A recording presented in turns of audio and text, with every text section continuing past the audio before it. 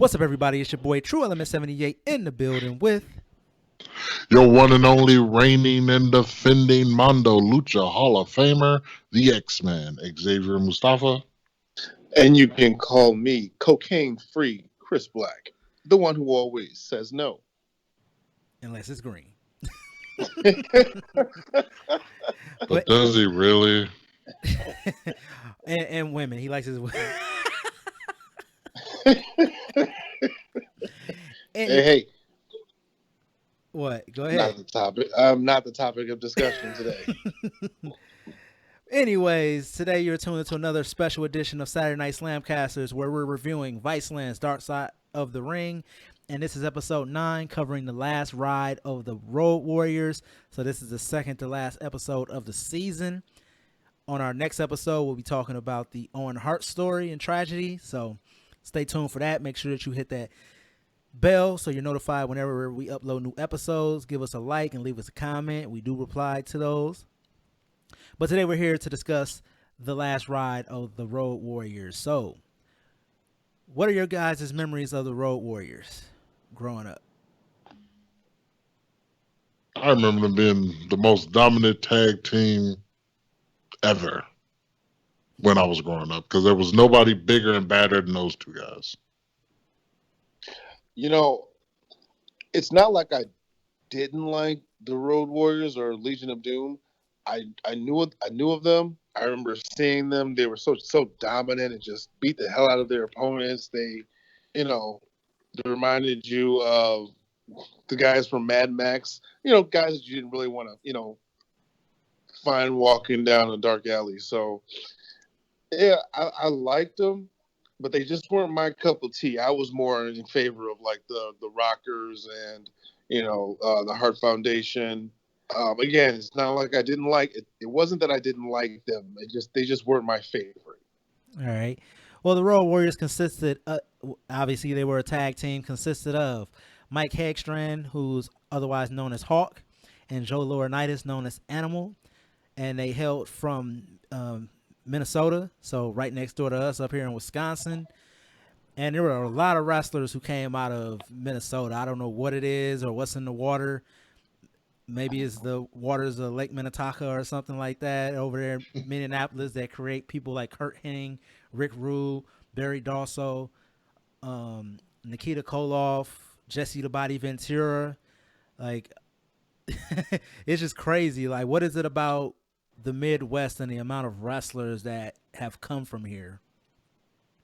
The Midwest has some of the best talent, I think, compared to any other East Coast, West Coast, Mountain. And I think it's because the core of Midwest people is hard work. I have to agree with Mustafa. I think that, not that I'm biased or anything, but some of the best workers, they just come out of the Midwest because the Midwest is a very good mix of all the pro wrestling styles. I mean, you got the high flyers like the East Coast. You got the old school wrestlers like the South. Up until the early 2000s, they were really into like hardcore wrestling. I mean, they still are, but not as much. You got the technical wrestling style. I don't know what the West Coast style is, but I'm sure we got a little bit of that too. So we have a really good mix. Our guys work everywhere, so it's not a paint by numbers or a carbon copy of any other style. So as a tag team, Hawk was the high flyer, obviously. Name was Hawk. And Animal was the power of the tag team. And in the episode, they described Joe, who, like I said, that was Animal, and as being the more patient person. And Mike Hawk was a lot more of a loose cannon and not as patient at all and very impulsive, as you'll see as the episode progresses and as we continue to discuss it. Paul Ellering was interviewed for this, who was the manager of the Road Warriors, and one of the lines that he said was that they were always copied but never duplicated. And you can kind of see that with teams like the Ascension and WWF's pretty much ripoff of the Road Warriors, known as Demolition. And for those you don't know, Barry Darsow, who again was from Minnesota with these guys, was Smash in Demolition. So it's interesting to kind of get his take on the Road Warriors at being someone who pretty much was created in their image, as you can say. They were the S&M version of Legion of Doom. And so, and they were both they both started wrestling pretty much in like 1977. They met at Jesse Ventura's gym, and Joe said how he was introduced to Mike was that he was on the chest press and he was pressing 315 pounds, and Mike, I guess maybe they were friendly but hadn't really developed a relationship or anything like that. Just walked up to him and just slapped him on the chest and basically was like, you know, you can do more than that or whatever. And from that point on, I guess they kind of hit it off. Maybe it's because he issued that challenge to him, so they started to push each other possibly at the gym. Like, they never really explained, because I would have kind of been like, man, this guy's kind of a dick. Don't walk Right? up You and ain't gotta just slap me on the chest while I got 315 pounds on top of me. right. We Thing might is like fight. CT Fletcher is still your set. So they interviewed Hawk's brothers for this episode, Rich and Dan, and they described Mike as being a bully. And another person that they interview on this episode is Scott Norton, who's another wrestler from Minnesota. And he grew up with Mike. They actually attended high schools, I guess, on the opposite side of town. And he said Mike, in the episode, they used their real names more than they used their gimmick names. So just so you guys know, again, Mike is Hawk, Joe is Animal. Interchangeable for me as I talk about it and we talk about it. But so they say that Mike used to like just beat people up from all the different high schools. It didn't matter if they're from north, east, west, south, anything like that. He would fight anybody and he would more than likely win. They said that he was so crazy that he would even beat himself up. And one time he punched himself in the face so hard, he actually ended up fracturing his own face. See, and that's another sign of a psycho. Anyone who just stands around punching themselves in the face to the point where they cause injury to themselves, yeah, and psychotic people. So you mean that you don't go around doing that? Your face is naturally like that? What you talking about? Anyway, so then Hawk and this is funny, I wrote in my notes Hawk and Joe. Hawk and Joe. Anyways, Hawk and Animal, they got closer working security at a bar in Minneapolis called Grandma B's. And it was a pretty much hardcore bar, and it was even made even more hardcore because the owner actually dealt in cocaine. And since Hawk and Joe was what Hawk and Animal were such badasses that he would actually have them work for him and send them out to go and collect his money. And Joe brought up a time when he actually sent them to go and hang a guy off of a bridge to collect the money. And then they talk about how Grandma Joe sometimes would even turn into a strip joint and they would have to lay down the law. See, cocaine done reared its ugly head. But also working at this bar was legendary trainer Ed Sharkey, who was actually a bartender there. He had worked in the AWA and he was starting a wrestling school, and he saw these two big guys working there at the bar as bouncers, and he saw potential in them, and he approached them about coming down to his wrestling school and teaching them the ropes, per se. Like, you guys have any interactions with Ed Sharkey in your time in the business? I don't believe I've ever met him before, but I've come across several of his trainees. Ain't that right, Mustafa? Unfortunately. Who are some of his trainees besides the Road Warriors? Mr. Double A, Mustafa's friend, Austin Aries. Well, everybody can't be perfect now. So Ed had a church where he had actually set up a boxing ring to train these guys in wrestling. So have you guys ever had to wrestle in a boxing ring? Oh, yes. Absolutely. And that is not fun. There is a very big difference between a professional wrestling ring and a boxing ring. It's not the hardest thing in the world to work on, but with no give, you definitely feel it. I'm actually shocked that boxers don't have concussions after every boxing match when they have a KO. I mean, because it's hard. First of all, the mat is hard as hell. It has no give. So when you drop, it's like dropping on concrete. And if you're knocked out, you don't have any like wherewithal, is that the word? To tuck your neck or protect your head at any way, so your head is smacking against that mat. The boxing ring is a dangerous place. It needs to be reconstructed. That's all I'm saying. And obviously, I don't think that you can learn how to run the ropes in a boxing ring. Is that something that you had to do too?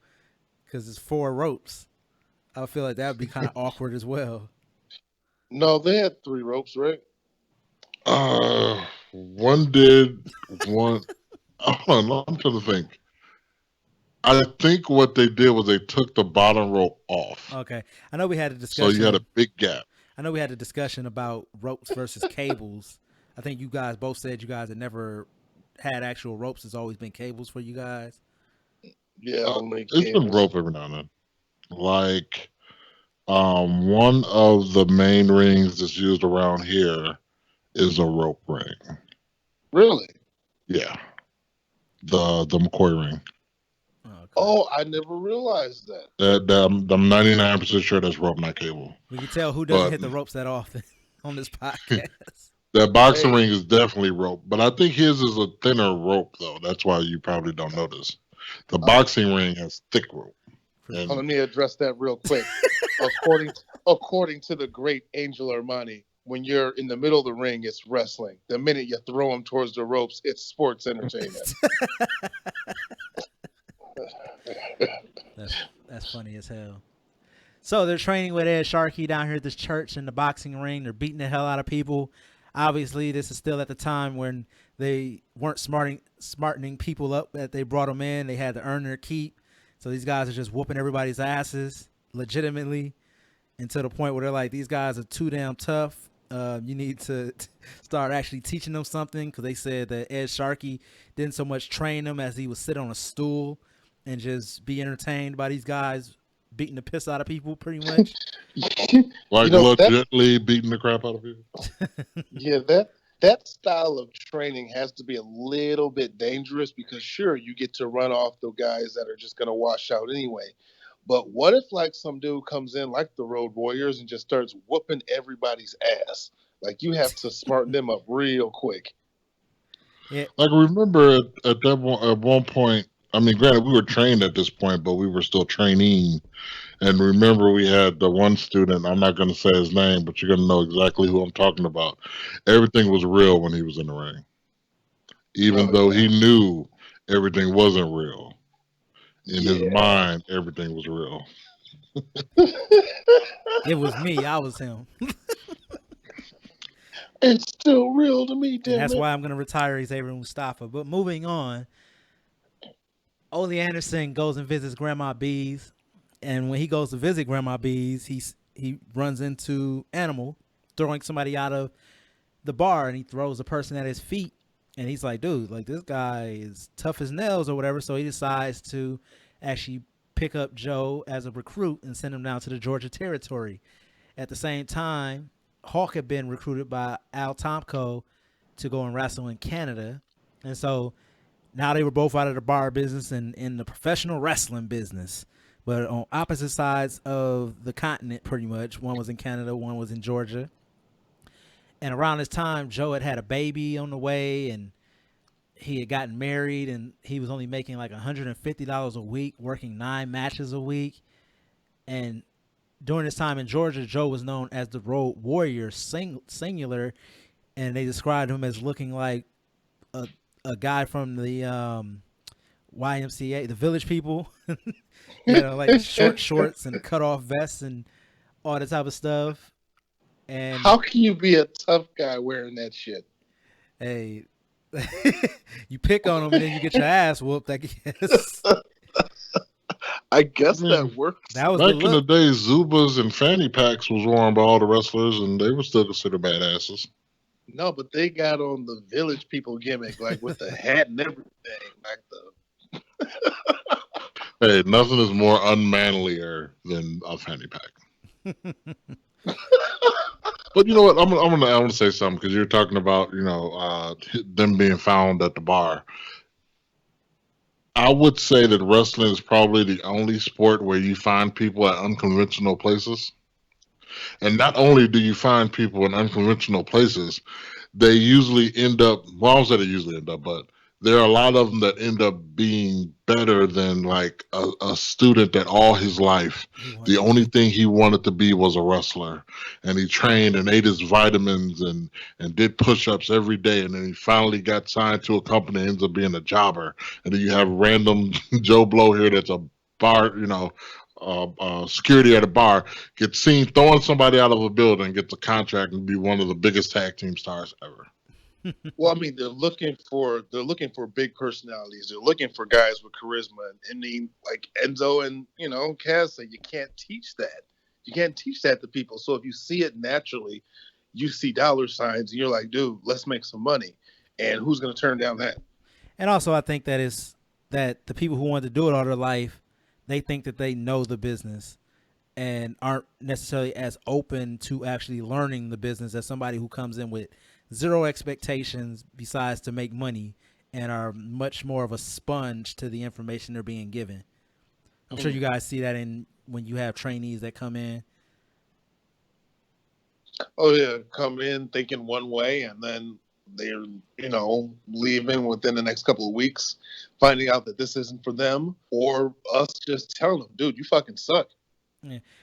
And also it kind of goes back to what we were talking about, where at this time they weren't bringing people in and smartening them up right away. They were getting there thinking like I'm actually whooping people's asses, and so and so they don't have any expectation besides look, if I don't whoop their ass, they're gonna whoop my ass. So I'm gonna beat their ass, and eventually you're like, hey, man, you gotta calm down, man. You can't be Right.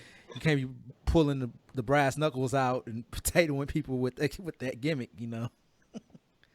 I'm just curious how they bumped when they thought it was a shoot. Because, like, you don't throw yourself on the ground if you're in a real fight. It'd be interesting to see those training sessions. I think you should start up a wrestling school, Chris Black. Be like, just call it Shit. old school, old school wrestling Look, academy. one of my WI. favorite things to do to separate the men from the boys in wrestling training is to do some shoot wrestling. You just, try to tap each other. I think that's some of the funnest things things I enjoy the most. I'm sure I've got a little bit of an unfair advantage, but I like stretching them, new guys. Oh, I might have to take you up on that offer. See if you I can just want to make Hey, clarify when Chris Black says tap, he means submitting. It sounded kind of awkward when you said it earlier. it. He out here tapping the recruits. Is that what you're saying? hey, I told you, stop talking about my business. How bad do you want it? How bad do you want to be in this He business? already wears that skirt in the ring. But You anyway, know what?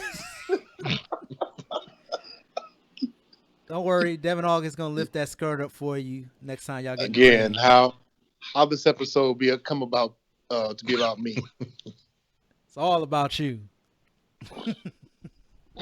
You're the star of the show. See, But anyway, so Joe Animal is the road warrior down here in Georgia, but since he's not making any money, imagine working 9 matches a week and only taking home 150. I understand this is the 70s, but damn.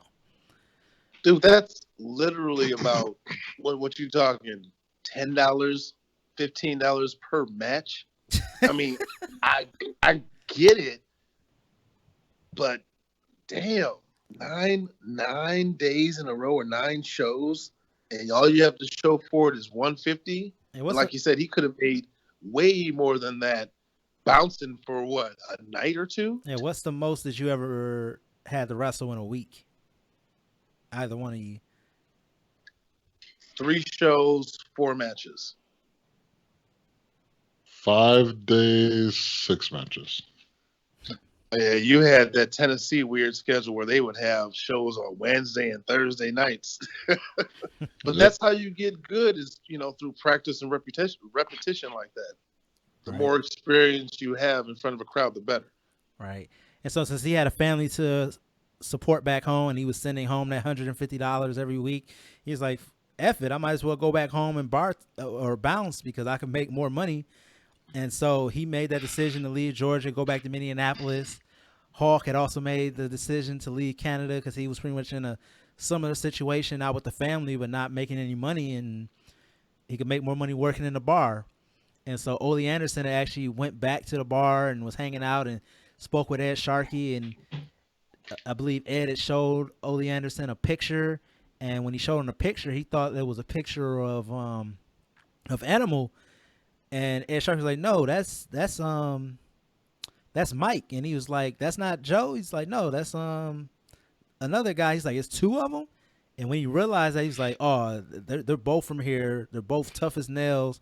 We're gonna turn them into a tag team." So he recruited both of them again from the bar and sent them back down to Georgia, and this time they were known as the Road Warriors instead of singular. And so in 1983, they started as a tag team down there in Georgia, and they were wrestling with around guys like Sergeant Slaughter and Ric Flair and Dusty Rhodes.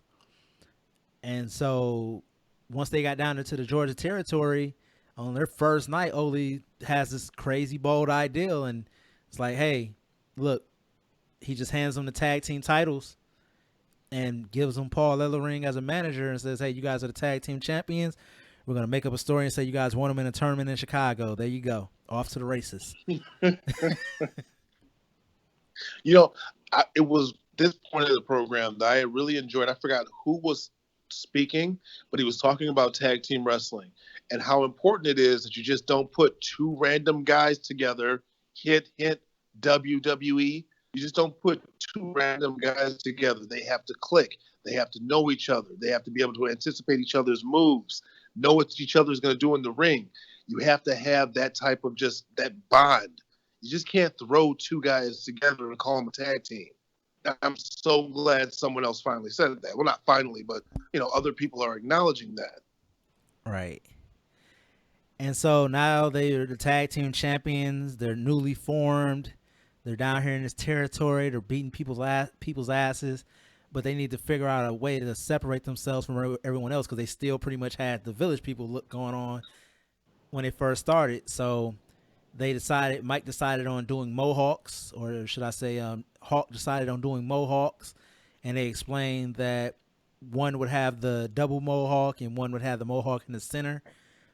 And when they would put their heads together, it would fill it all in, which I don't think anybody really ever realized before this. And then it's so random. Yeah, and then Animal, aka Joe, he decided to go ahead and have some spikes fabricated and stick them on some shoulder pads and add chains to it, and the Road Warriors look was created, and they based it off of the movie Mad Max that it came out a few years earlier, and it had been very popular. And so from that point on, it was just running through people. And then Paul had a great idea of, instead of keeping them in one promotion or territory for too long and then becoming stale, he would move them all over the United States and Japan. And yeah, they were making money everywhere. They didn't become stale in any one place. They were selling out everywhere they went.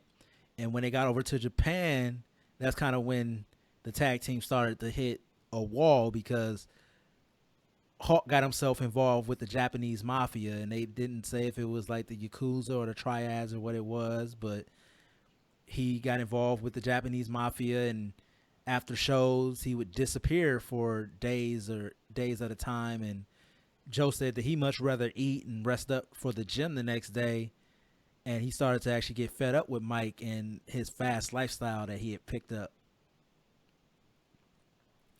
So it's also at this point that promoters realize that booking the Road Warriors pretty much guarantees a sellout.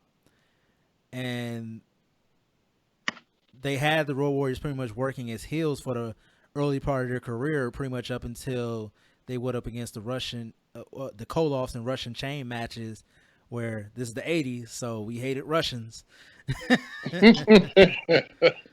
And so they pretty much got turned baby faces by default in those feuds. And eventually they're recruited to go down to Jim Crockett, and were booked for a scaffold match with the Midnight Express. And during this match, Mike actually fought with a broken leg. And also Insane. And also think that this is the same match that Jim Cornette took a nasty bump off of the scaffolding, if I'm not mistaken. Is this when New Jack jumped up there and just started throwing everybody off? I think I'll say Jim Cornette was in the ring with New Jack. He got thrown off the scaffold. Did he bring his taser?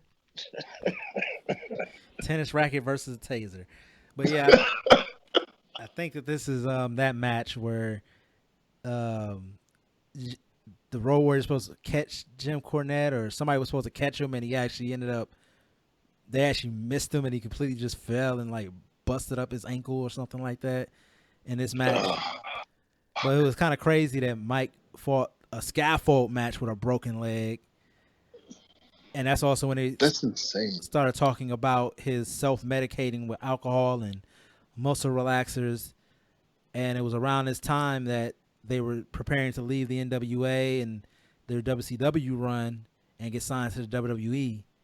And Mike self-medicating would pretty much become not only the downfall of the tag team, but also a storyline once they would make it over to the WWE. Now, how do you react to you having a tag team partner who is kind of starting to become a little bit unreliable? Well, for one, I don't see how you could just sit there and just babysit your tag team partner. But I guess if you're making tons of money, is it worth the trouble of you having to make sure that, you know, they're not partying too hard, that they make the town, that they make the venue, that they're not going to show up fucked up? Like, I don't know what that's all about. Like the Urban Horsemen, we're a pretty close-knit group, and I don't want to say we're straight edge or anything like that, but we've never had to deal with any type of drugs within our group. So I'm not unreliable like that.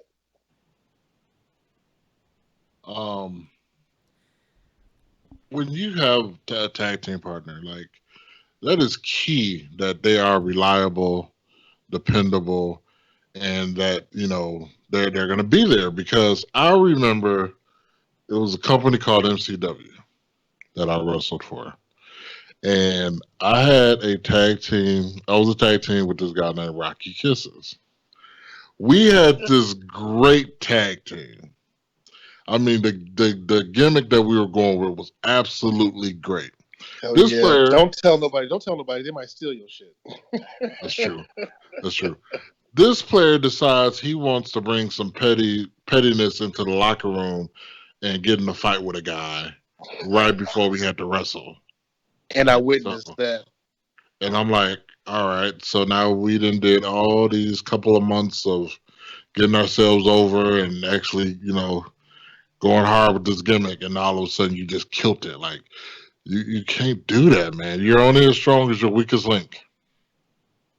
And to be fair, I wanted to see that gimmick. I wanted to see that tag team. And so they signed to WWE.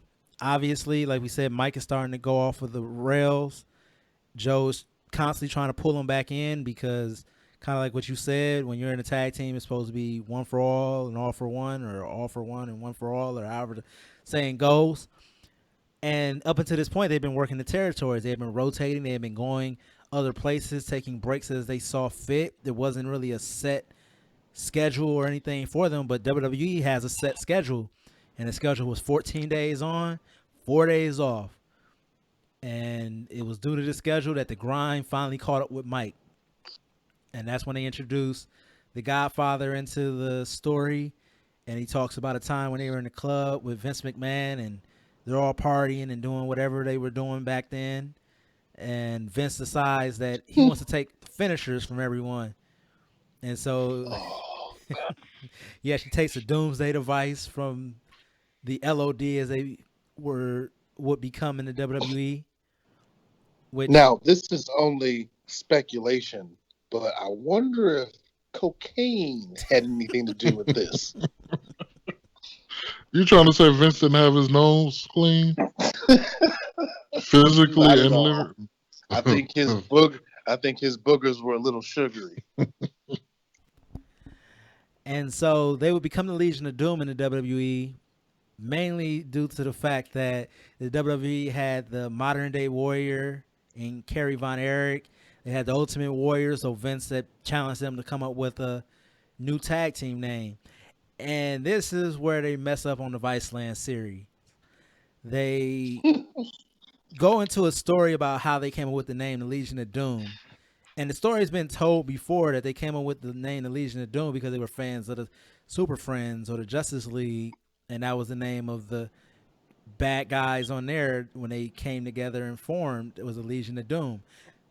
But here on the Viceland series, they credit it to the He-Man series. Now, Mustafa, you said you were a fan of the He-Man series. Do you recall there being a crossover episode with the Legion of Doom? I do not ever remember Legion of Doom being part of He-Man.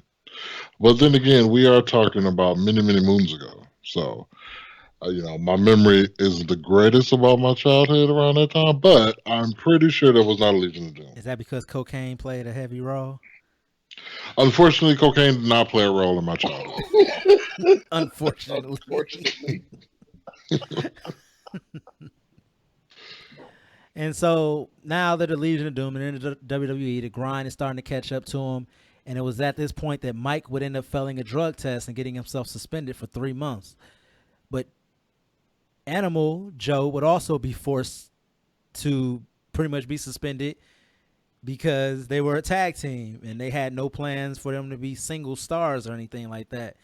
And they said Mike wasn't shy about any of his drug use or steroid use.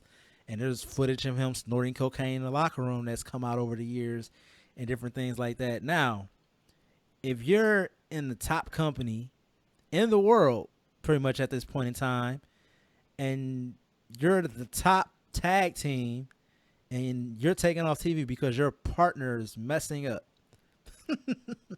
I don't It's time for intervention. Shit. Because you ain't fucking up my money. And that's what Mustafa was saying. Like, if you're a tag team, like, you're not just messing up your money, you're messing up your tag team partner as well if you fuck up. Yep. All right. And so they come back. They end up in another program. This is where we get to SummerSlam at Wembley Stadium, where it's like 80 to 70,000 people, depending on who you're listening to. And they're supposed to be wrestling for the tag team titles. This is what they say on the Viceland series. And Vince is giving them the marching orders and what they're going to be doing in the match. And Mike keeps interrupting Vince, and Vince starts getting pissed off. And it's because Hawk keeps throwing ideas out there or whatever, but he's not listening or taking in anything that Vince is talking about. And it's later they come to find out that he had taken a bunch of plastic deals, which were hallucinogens that don't wear off for up to like 6 hours. And I'm sure we were way past the point of having 6 hours for this to wear off. So they went from being in the main event due to pissing off Vince McMahon to pretty much curtain jerkers. One of the first 2 or 3 matches in is where they got booked. And this is when Mike really starts to get irritated by Joe. Joe starts to really get irritated by Mike and decides to kind of go his own way.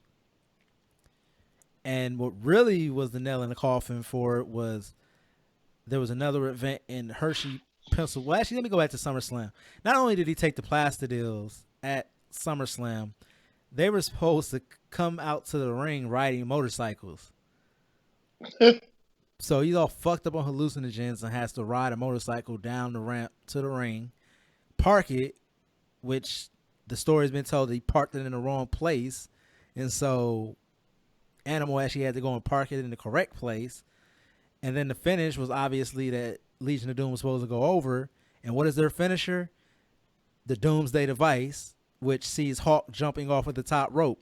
Well, obviously he's all messed up on drugs, and so that's not a safe finish to do. So they end up doing pretty much like a roll-up type finish, and they win the match. And now we move on to when Hawk decided not to show up for an event in Hershey, Pennsylvania, and Joe comes to find out that he had called Vince's secretary and said that he quit. And not only did he quit and walk out of the WWF, he took the Road Warriors gimmick to Japan with him and gave it to a Japanese wrestler on there and started calling him the Power Warrior. And not only does that happen, Animal herniates his disc in his back in a 2-on-1 match, and he's looking at what Hawk is doing in Japan like, yo, you can't, that's our gimmick. You can't do that. One thing they made me angry about in this episode, they didn't really go into the lawsuit that WWE had filed against them at this time for him basically taking the gimmick and going overseas with it. I wish they had went into that, but since they didn't, we're not going to get into a lot of detail here. The audacity to take your gimmick and fly halfway around the world and to use that gimmick without your tag team partner, not letting them know, just a big fuck you, just all around. And those pictures look absolutely ridiculous with that green ass Legion of Doom spiked shoulder pads. You're like, hey, bro. Really, really out of place. It looked like the value brand Legion of Doom. You're like, hey, bro, I'm gonna see how this works over here. Hope you don't mind. What if like TC got signed from Legacy Pro to like NWA and him and Pope, Elijah Burke team up and he's like, we're the Urban Horsemen now. Be like, what the fuck? He would never do it, but if he wanted to, or if any of us wanted to, we would talk with each other first. Exactly. Like even when Mustafa did his time, like you were in prison, when you moved down to Tennessee for a couple of years, you weren't down there running no Urban Horseman thing. And I mean, me and TC, we still tagged the Urban Horseman, but we didn't add any new members. I mean, we were still considered a group because one of us was out of state. Let me ask you guys, like, 'cause that's a good point to kind of bring up. How did Shawn Priest become a part of the Urban Horsemen then? So Shawn Priest was a young lad, just freshly nose running in the business. Hey, you can't talk about people's noses running in the business with all the information. Right, we talking about cocaine. No cocaine. But yeah, he was for the most part fresh out of training, and his trainer, who used to be my trainer at one point, was like basically like, hey, basically asked us if we would take him under our wing, and we did. And he put him with us as the Urban Horseman, and I think it was supposed to be like a just at that promotion type thing, but we took it a step further. Like he traveled with us, and he became like the fourth member of the group. So he became the Power Warrior. He became the Potato Warrior.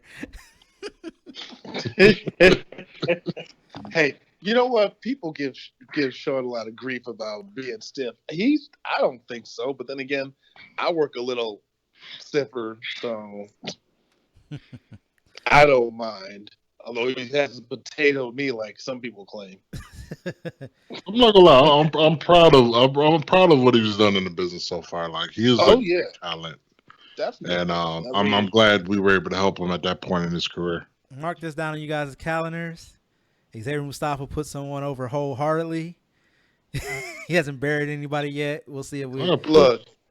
If it's gonna be a member of the Urban Horsemen that makes it like big, it would be Shawn Priest. He's got the youth, he's got the talent, and he has the ability and the drive. So I mean, his new gimmick is killing it. So and he's not an idiot. No, exactly. So like I would love to see Shawn Priest against Darby Allin. I would love to see that. Just his new gimmick versus Darby Allin. That's fucking money. That's money. That'd be a stiff ass match. That's money anywhere. Priest could work in Japan. He could work in Ring of Honor. He could work in NWA, AEW, hell, even WWE. That's just my opinion. Shawn Priest versus Apollo Crews, and then they'll become a tag team. Oh, no, don't do that to Priest. I hope he stays as far away from Apollo Crews as possible. Apollo Crews, I mean, not Crease. If there's anybody in these big companies listening, Shawn Priest, look him up. I want him to use his ICW gimmick. That's what I want. No, let's not talk about that. That's the New Jack gimmick.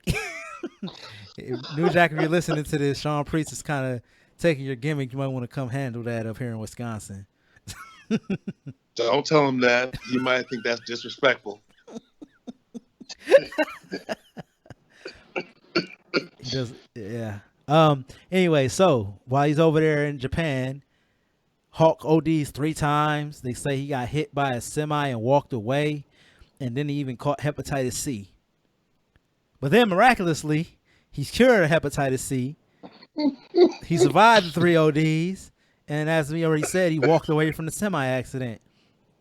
So this man is. That sounds kind of crackish to me.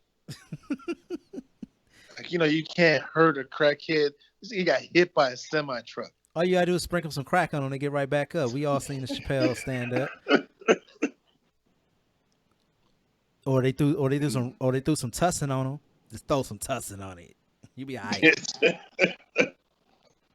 And so after being let go by the WWE, or should I say walking out on the WWE, they decided to bring back the LOD in 1997, but they add Droz to the mix, who was a former football player. We've seen him on some other episodes of Dark Side of the Ring. And they add him to the group, and so now you got Hawk, Animal, and Puke. And why is he called Puke? Because he could puke. He's gotta puke. He could pretty much puke on command, and that entertained Vince McMahon. And there's a classic segment where he's gotta puke, as you just heard Xavier Mustafa say. Now, if when they added Droz, I think that came a little. Was that after WrestleMania 13? Because one of my, I don't want to say favorite, but one of my most memorable matches of that run with the Legion of Doom is the Chicago street fight they had against the Nation of Domination, when it was just Farouk and the 2 white rappers. And it was Legion of Doom and Ahmed Johnson. If anyone remembers, WrestleMania 13 was the absolute shits. But one of the best matches on that card was that match. It was a Chicago street fight, Legion of Doom and Ahmed Johnson against the Nation of Domination. Great match. Check it out. Great for a street fight. Let me just throw that in there. All right. And so not only did they bring back LOD and add a member to it, the member Droz was pretty much added as a guarantee that even if Hawk didn't show up or walked out of the company again, they would still be able to continue with the Legion of Doom with another character that's already a part of the tag team. And so that was pretty much the guarantee that the company had added, so that they can make their matches. But not only did they bring them back and add a member, they decided to make Hawk's substance abuse issues a storyline, which also later on, a couple years, actually it was like around the same time, you had WCW running a similar storyline where they were using someone's real life issues with substance abuse. In WCW, it was Scott Hall, and wasn't very popular with the fans. Fans didn't really like seeing these issues being made fun of. And looking back in 2020 and how sensitive we are now about it, it looks even worse than how it was back then. But it was also pretty corny back then as well. Yeah. I'm no WCW sympathizer, but at least Scott Hall's deal was that, he was coming out drunk and shit. Was it in bad taste? Yes, it was. But these players in the WWE, they had this dude suicidal and acting just real, just dark. It wasn't a good look for that story. Not at all. Was this before or after Brian Pillman? After, if I'm not mistaken. Which makes it even worse. I thought it might have been before, but don't quote me on that. 1997, 98. When did Pillman die? Somebody Google it real quick and let us know. But we'll continue on. And So yeah, it wasn't very popular. They actually had a segment where Hawk climbed up the Titantron and Animal chased him to the top of the Titantron like he was gonna pull him down. He actually pushes him off, and that pretty much kind of writes them off. And so they left the WWE and went out on the road. And Hawk actually suffered a heart attack while they were over there in Australia on a tour. And Animal didn't really want to go and check him out of the hospital, but Hawk tells him, I'm not going to die in this fucking country or whatever. So Animal goes and checks him out of the hospital against doctor's wishes. And he brings him back to the United States and says, hey, you're on your own now. And he lets him go off to Tampa. Someone And died in '97. so it was the same time pretty much. Or, well, actually, no, these storylines started happening in like 98. So yeah, it was pretty much like right after Pillman had passed. Yeah, it's horrible. Yeah. Horrible. And so they go their separate ways, and Animal was actually in the gym one day. He actually discovered this thing called the Christian Power Team, which was a Christian powerlifting team, and he's really enthralled by them. And he calls up Paul Ellering and tells him about the Christian Power Team, and he's like, hey, well, why don't you come and attend the conference they're going to be having out here in Phoenix? And so he's like, I'll do it as long as Hawk can attend. And so Animal, Hawk, and Paul Ellering attend the Christian Power Team's meet out there in Phoenix, and they said that Hawk was one of the first people to the altar, and that they actually even had him baptized out there, and he found Christ. And after that, he pretty much cleaned up his life. He got married, and that changed his entire life. And he even started speaking to other people about substance abuse. And they said that one of his favorite quotes was that cats have 9 lives, but God gave me 10 so I can give my life to Jesus. And that was one of the things that, yeah, that he pretty much started to just walk that walk and cleaned himself up well. But sadly, that wasn't able to be seen all the way to fruition, where he was moving, him and his wife were actually moving into their new place. As Animal tells a story that he had just moved the last piece of big furniture into the house, and he told his wife that he wasn't really feeling too well and he was going to lay down for a little bit. And it was then that he actually ended up passing away. And then Joe says that a friend actually called him and said, hey, when's the last time you talked to Mike? And he's like, oh, I talked to him like last night or yesterday or a couple days ago. And he's like, well, he's dead. And they said he passed away at the age of 46. And they end up talking to Paul Ellering and asking him what does he remember about that day. And he says he remembers getting the phone call and breaking down into tears, because he started out with these guys and he wasn't just their manager on screen and off screen. He became their friend. He pretty much created the playbook for the Road Warriors. And he says that he turns to his wife and says, we got to break out the van. There's like a famous picture and promos of the Road Warriors and Paul Ellering in like this old school 80s van that they would have, and he still had it. And he said it had gotten a little rusty and everything like that, so they spray painted it black, and he drove all the way down to Tampa in the van going like 55 miles an hour, getting flipped off and people blowing their horns at him and everything. But he made it down there, and they even asked him, does he remember what he said at the funeral? And he says that he does, and he recites it, and I actually wrote it down. So he says, October 9th, 2003. The dark clouds covered the bright sun. Today we lost our friend, our brother of planes, trains, and automobiles. Many miles. If I could steal a line from the outlaw Josie Wells, Hawk, it is good that men like us met in the struggle of life.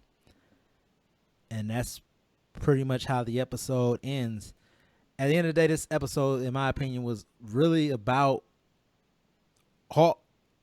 But I guess it couldn't have really been any other way when you have somebody so unpredictable as him and not with the responsibilities or responsible mind of Animal. Like, what'd you guys think of the episode overall? Besides, obviously, like I've been saying on the past couple of reviews, that they they've been leaving out a lot of information and leaving a lot on the table, and then in this episode making that glaring mistake about the television shows. And not only does Viceland make that mistake, you actually have Joe and Paul Ellering who basically corroborated that that the Legion of Doom came from He-Man, and they even used the clip from the He-Man television show as they were talking about them getting the name the Legion of Doom. But yeah, what were you guys' thoughts on this episode? My biggest takeaway, well, one of my biggest takeaways from this episode is that people have to realize that the things you do when you're young come back to you when you get old. And I honestly believe if he would have toned down the drug use and the alcohol and all that stuff, he would probably still be alone today. Like all that puts wear and tear on your heart. And it's sad that, he got his life together and was doing the right thing and everything, but you've already put that pressure on your heart and all of a sudden it just gives out. Um, Another thing too is like, I know it's sad that he passed away and everything, but then we also have to realize that there's another guy that's still living, and he's a great guy. We've used him at Legacy Pro before, an utmost professional, pleasure to be around, um, just just overall great guy. So I can imagine how um, he was before he passed. I mean, I'm pretty sure he probably was a great guy too. So, but unfortunately, I never got to meet him. But yeah, that's my biggest takeaway from this episode is don't do drugs, folks. And cocaine is a hell of a drug, as we learned Yeah, this entire series.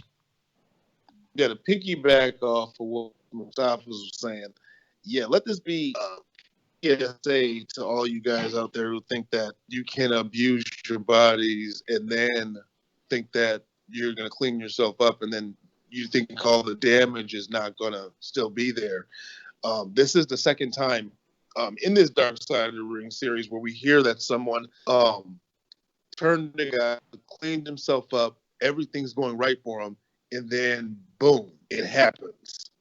And I remember there was some time, maybe about 10, 15 years ago, where all of these pro wrestlers, ex-pro wrestlers, whatever you want to categorize them, they were dropping dead in their 40s from heart attacks, all these stuff from stemming from, all the physical abuse from the drugs and the partying and basically the 80s put together just kind of took them out before their prime, before their time. So, yeah, it's sad. You can't live that rock star lifestyle and then think that this is gonna kind of bite you in the ass eventually. So I don't know. I don't know what to think about these type of episodes. Like it's really sad that you had these guys that were making a ton of money. They were super popular. They were really over. They were very real and convincing, and one half of that team, had their demons that they had to deal with. So, yeah, it's again this whole series. I mean, it's always full of sad stories, but damn, You I kind of don't know what to say. you kind of bring up an interesting point. I've haven't asked you guys this question before. Um, when you hear these stories, obviously sounds like neither one of you have necessarily abused any drugs or anything like that. But when you see the stories of the wrestlers who die young, like in their early to mid 40s or whatever, does it kind of make you guys think about your own mortality or just like what your legacy is going to be when you are out of the business? It concerns me. Like, even taking drug use out of it, it concerns me that like a lot of people younger than me, around my age, slightly older than me, are like dropping like flies for some of no apparent reason. Like some I've seen people with drug issues. I've seen people get in car accidents. I've seen more people with like heart issues and stuff like that that takes them out. So yeah, You it's know, concerning. definitely. Well, I would say always concerning, but it's always in the back of your mind because there's a saying that says the older you get, the more people are going to start losing, and I'm not old. I mean, I'm 39 years old, but with damn near 20 years in the business, there's a lot of like older guys that I look up to that, you know, they're not going to be around forever. And I sometimes wonder what that's going to be like, because I don't think I've lost anyone really close to me in the wrestling business. I mean, there's been a couple deaths, but I wouldn't really say I was really close with these people. But like, you know, I've said before when we talked about um, some episodes in the past where, you know, people died in your arms. It's just like, I couldn't imagine like Mustafa or TC or hell, even Shawn, you know, dying in that type of a manner. I think it would hit me kind of hard. You know, these people, we call them my brothers for a reason. Well, you guys got anything else from the episode or anything else to say? Just leave it alone. No. Shit. Right, leave it alone. Stay away from the drugs, everybody. Right. I mean, in this day and age, you honestly don't need it. You don't need it at all. I mean, not in this day and age. You never really needed it, but you really don't need it now. The wrestling business has evolved. Yeah, it's pretty interesting. You look at everybody nowadays, like you think about like the steroid and the drug use. Obviously, pretty much the drug use is pretty much non-existent for the most part now, because due to like the drug testing and policies in the major companies. And then steroids, when you look at the major companies as well, all of them, most of them don't even look like they would be wrestlers if you look at them as wrestlers in the classic sense of the term. And so it's like there's no reason to do steroids these days to be the biggest person out there in the ring to get a deal, and nobody's really doing drugs. The drugs are playing video games. You know, let's look at this from the flip side. So the pro wrestling business has traded in the rock star lifestyle to now this family. Just I don't know what to describe it as, but like these people just basically, for lack of a better word, just abuse the hell out of their bodies physically, just the things that they do in the ring. Like, I'm wondering what the long-term effects is that's going to be. Like, we've made jokes before, like Tommaso Ciampa's match where he just had no regard for his neck whatsoever. It's just like, I cringe sometimes at some of the things that these guys are doing. I'm just like, I just really hope it doesn't end badly for one of them. Yeah, they're using those bump cards up real fast. Yeah. I'm more concerned about an in-ring death, you know, during a match. And I'm not talking like New Jack style. Mm-hmm. Well, we're going to be talking about an in-ring death on our next episode. And it's going to be very heavy, I believe. Yeah. And so I'm looking forward to it, but I'm not looking forward to it. But I remember watching the Over the Edge pay-per-view in 1999. And so our next episode is going to be covering, like I said, the top of this show is going to be covering the death of Owen Hart at the Over the Edge pay-per-view in 1999. And so that's going to be the next episode. So make sure that you hit that bell so that you're notified whenever we upload a new episode. Leave us a like, leave us a comment. Go ahead and give out your social medias, guys. You can catch me at Xavier Mustafa on Facebook and Twitter. You also can find my podcast, XM Cinema, by searching XM Cinema wherever you get your podcast fix. And you can also follow me on my social medias for that one, which is XM Cinema on Facebook, Twitter, and Instagram. And you can catch me on Facebook and Instagram at The Natural Chris Black. And you can catch me on Twitter at _natural_CB.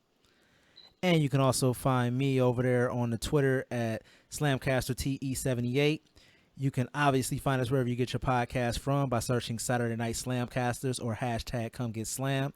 Same thing for Facebook as well. Also be sure to join our Discord. Links will be in the description. It is free $99. And you can interact with us during live pay-per-views, whether that be AEW, New Japan Pro Wrestling, WWE. We're going to be getting a lot more consistent with that. And so, yeah, it gives you an opportunity to speak to us directly and interact with us during those shows, and hopefully we're able to add some other things and have some other discussions going there on the Discord channel. So other than that, we up out of here. Holla at your boys. Peace. Come get slammed.